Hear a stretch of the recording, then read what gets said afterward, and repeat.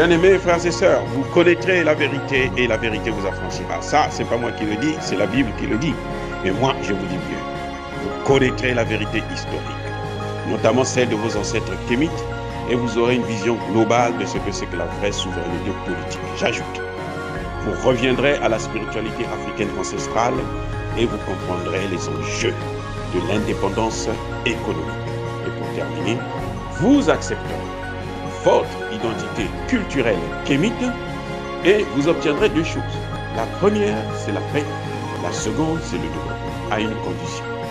L'unité de toute l'Afrique noire, l'unité de tous les Noirs du monde entier.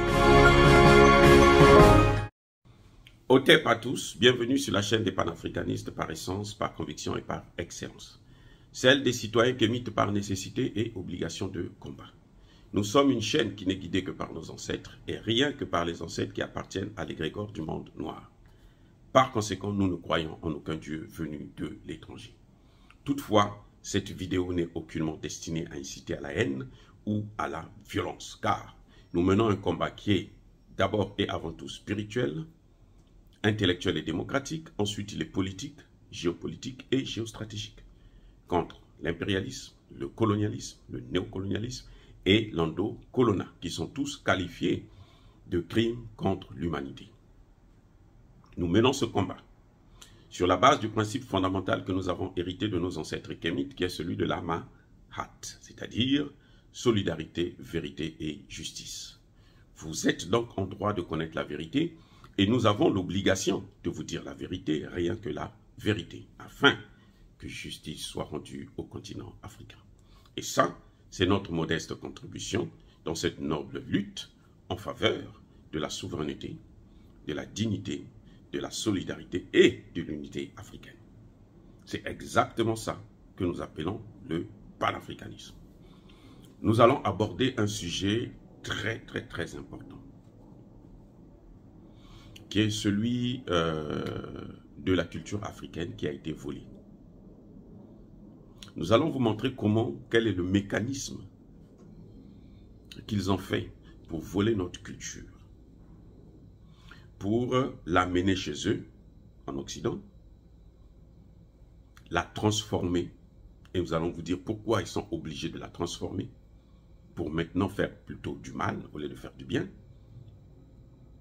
Et nous allons vous montrer quelles sont les voies d'avenir que nous avons, les possibilités de retrouver cette culture à nous.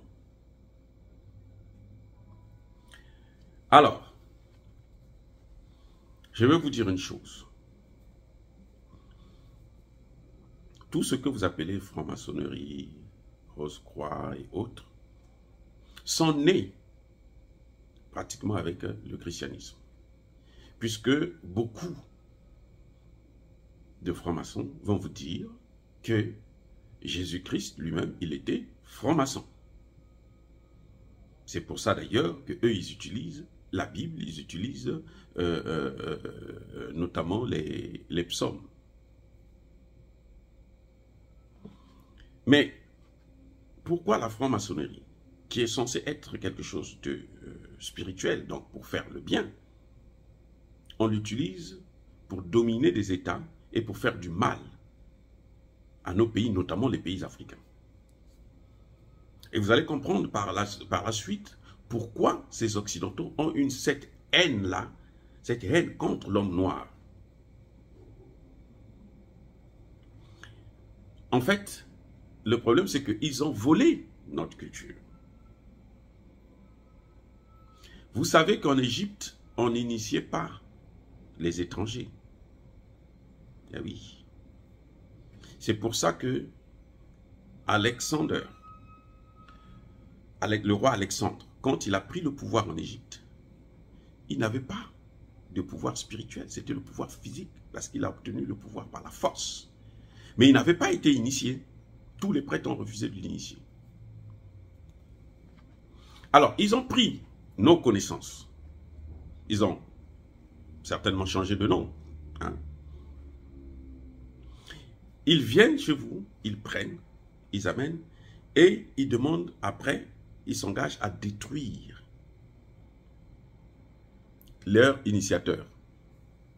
Et oui, c'est comme ça que ça se passe. Ils s'engagent à détruire. C'est pour ça qu'ils ont brûlé la bibliothèque d'Alexandrie. Après avoir copié tous les manuscrits. Et nous le savons, heureusement que nous avions toutes les connaissances là, gravées sur les murs des pyramides. Donc, qu'est-ce qu'ils ont fait? Rien du tout. Un coup de pied dans l'eau. On est en train de redécouvrir ça. Ça a mis du temps, certes, mais on est en train de redécouvrir ça. Bref. Au moment où je vous parle, dans mon pays d'origine, les Occidentaux, les leucodermes, pour ne pas dire les Blancs, parce que je ne veux pas qu'on me taxe de raciste, ils viennent, ils rentrent dans nos forêts. Ils vont vivre des semaines, des jours, des semaines, parfois des mois, avec les pygmées.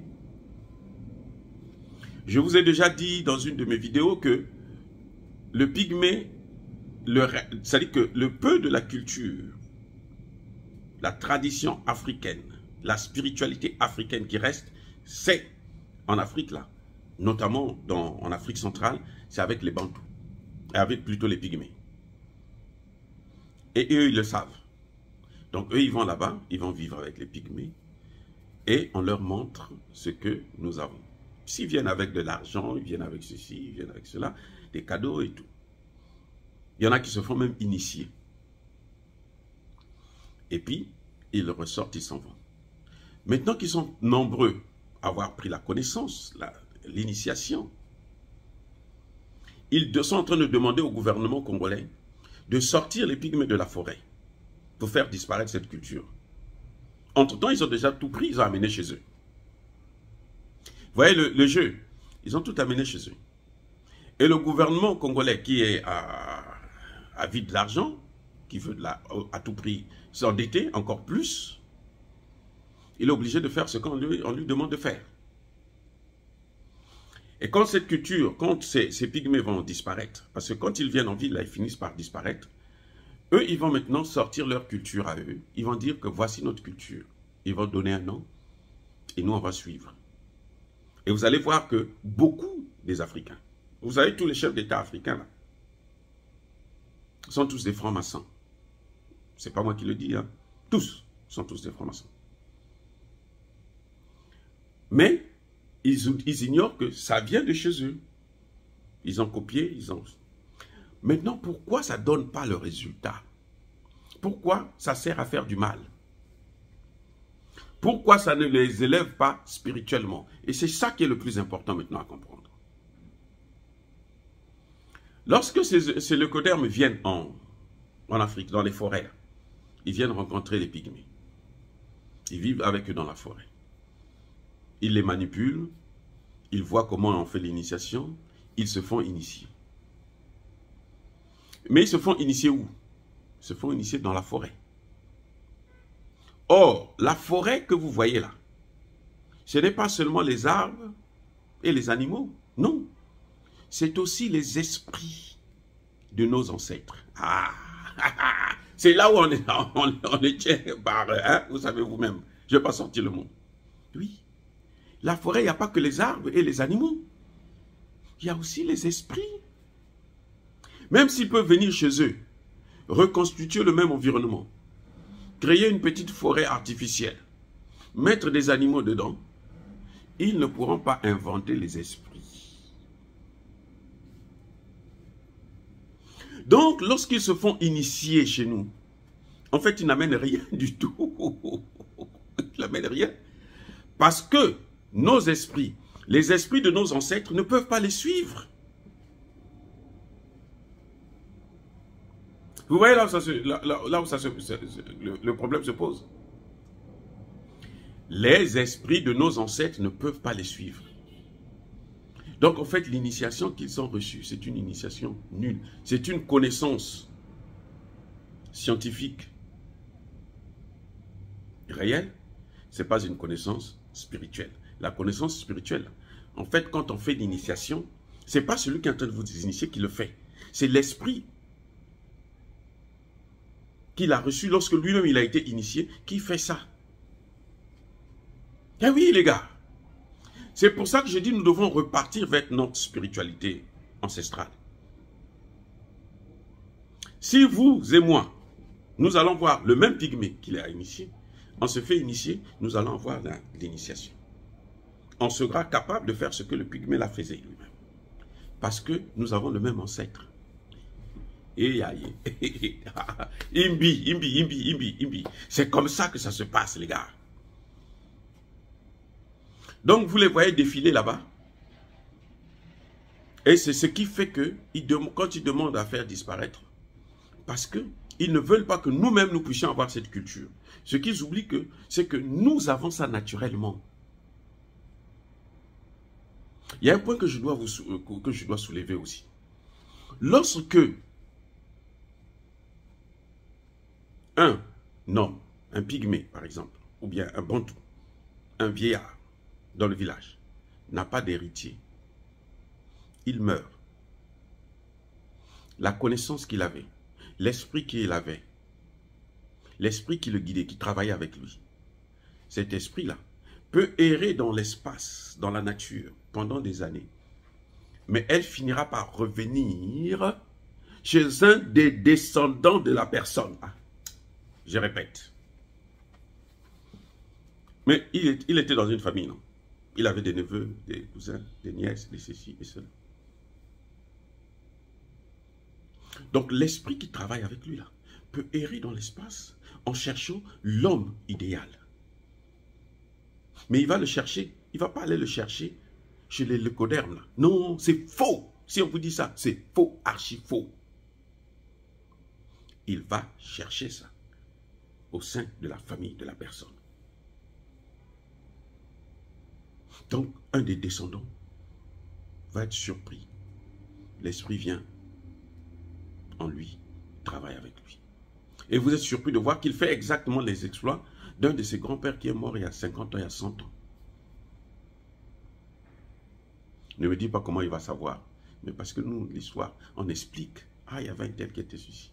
L'autre va laisser à ses enfants, et ainsi de suite. Donc, quand ils vont savoir, et les gens vont savoir que non, ça c'est X, c'est Y. C'est l'esprit qui travaille avec lui. C'est la connaissance que celui-là avait. Donc, les leucodermes, ils peuvent tout faire. Ils peuvent même être initiés. Cette initiation-là, c'est de la poudre aux yeux. Parce que même eux-mêmes qui le font, ils savent qu'on ne leur donne rien. Même s'ils ont la volonté de donner quoi que ce soit. Les esprits qui travaillent avec eux là ne vont pas les suivre. Surtout qu'ils sont tellement méchants. Vous voyez des gens qui viennent, vous les initiez, ils vous tuent après. Vous croyez que l'esprit là va le suivre? Oh, attendez. Les esprits sont toujours du côté de la justice. Aïe, aïe, aïe. Écoutez. Les esprits sont toujours du côté de la justice. C'est pour ça que je vous ai déjà dit, n'appelez jamais les esprits de vos grands-parents, vos parents, qui avaient une très mauvaise réputation de tueurs, de sorciers, de machin et tout, qui ont commis de graves crimes. Ne les appelez jamais. Parce que non seulement ils ne viendront pas, mais s'ils viennent, c'est juste pour faire du mal. Ces esprits qui sont dans la justice ne vont pas suivre quelqu'un qui est dans l'injustice. Et quelqu'un qu'ils ne connaissent pas.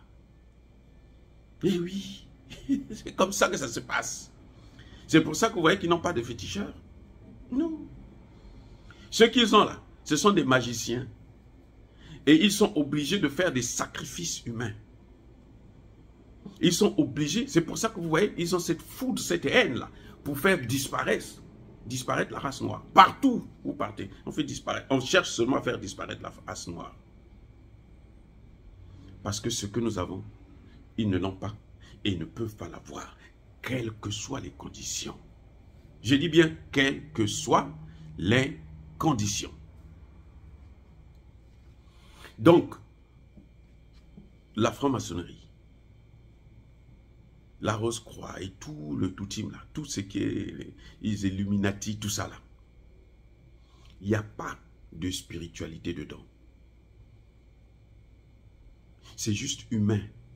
Ce sont des textes qu'on vous fait réciter et ainsi de suite, mais il n'y a pas la spiritualité. Parce que les esprits que nos grands-parents utilisaient pour faire ces choses-là, ils n'ont pas ça.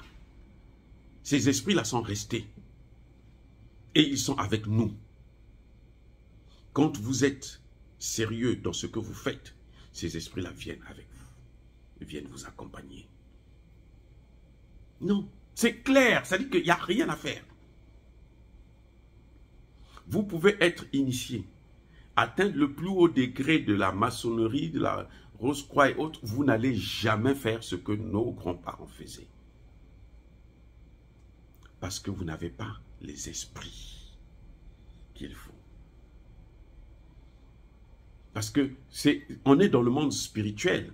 Il faut agir aussi dans le spirituel. Donc ce sont ces esprits-là qui travaillent. C'est pour ça qu'ils sont obligés. Les leucodermes, bien sûr, d'être méchants avec l'homme noir. Parce qu'ils ne peuvent pas avoir ça. Je vais prendre un exemple. Prenez un homme noir ou une femme noire qui est mariée à un leucoderme. Ce nègre-là, ou cette négresse-là, si elle avait une initiation, un don, par exemple de guérison, africain, pas le truc des affaires du christianisme, le vrai don, hein, africain. Si cet homme ou cette femme, nègre, venait à mourir, le mari ne pourra jamais hériter. Vous n'allez jamais voir que l'esprit qui travaille avec la femme ou l'homme allait chez le mari, qui est le leucoderme. C'est pas possible. Jamais possible. Eh oui. Parce que les esprits ne vont pas vers l'étranger. C'est ça le problème. Et puis parce que les esprits que lui là, ces descendants-là, sont ceux-là qui ont fait du mal aux autres. Mais les esprits, ils voient tout. Autant on peut tolérer ce mariage, mais autant les esprits là ne vont pas aller. Même les enfants auront du mal à obtenir, à obtenir cette spiritualité-là. Ils auront du mal. À moins que l'enfant là soit vraiment, se sente vraiment africain. Mais ça va être un peu difficile. Eh oui. Et vous allez voir que cette femme-là ou cet homme-là ne pourra pas initier son partenaire qui est le leucoderme. Ne pourra pas l'initier pour faire les mêmes choses. Peut initier quelqu'un d'autre, mais pas son partenaire. Donc, ce n'est pas la peine, africain, africaine, de courir vers ces sectes, ces spiritualités-là, sous prétexte que vous allez avoir le pouvoir, la force. Non, parce que les esprits-là, c'est vide. Vous allez avoir seulement... On va vous donner des textes à réciter, des livres, là, vous pouvez même étudier toute la Bible, mais vous ne pourrez pas avoir la spiritualité là, parce que la spiritualité est guidée par des esprits. Et ces esprits-là ne vont jamais chez l'étranger. Donc, ils peuvent venir voler tout ce que vous avez. C'est comme, vous voyez, un féticheur, il meurt. Les gens viennent prendre tout ce qu'il avait là. Ils vont partir avec ça là. Ils ne pourront jamais faire ce qu'il faisait. Ah, je répète, pourquoi? Ce n'est pas parce qu'ils n'ont pas ce qu'il utilisait, mais c'est parce qu'ils ne peuvent pas voler l'esprit. Ils ne pouvez pas. Vous ne pouvez pas, ce n'est pas possible. L'esprit là va partir. On vous laisse avec des choses inanimées, qui n'ont rien à faire, aucun sens. Et cet esprit-là peut revenir vers un des descendants de cette personne. Même sans le vouloir, sans le savoir, comme ça, il vient et puis il travaille avec lui. Vous voyez subitement quelqu'un qui a grandi avec vous, il devient un grand guérisseur. Il a la même spécialité qu'un de ses grands-parents qui avait existé, qui faisait ça.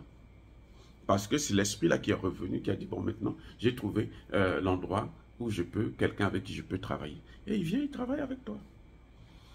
Bref, bien-aimés frères et sœurs, en tout cas, je vous adore. Je persiste et je signe. Soyez bénis par le Dieu des Kémites. Mais que tous ceux qui persécutent le continent africain, tous ceux qui le pillent et le déstabilisent, qu'ils soient noirs ou blancs, qu'ils soient foudroyés, écrasés, effacés, neutralisés, punis, maudits par le Dieu des Kémites et par nos ancêtres angélisés. J'ai dit et j'assume.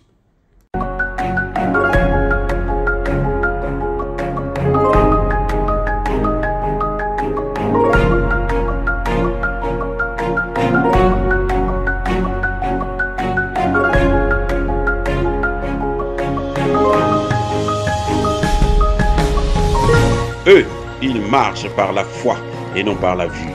Mais moi, je vous conseille vivement de marcher par la connaissance scientifique et historique, notamment celle de nos ancêtres kémites, par les 5 sens et par l'intelligence. À vous, Apia.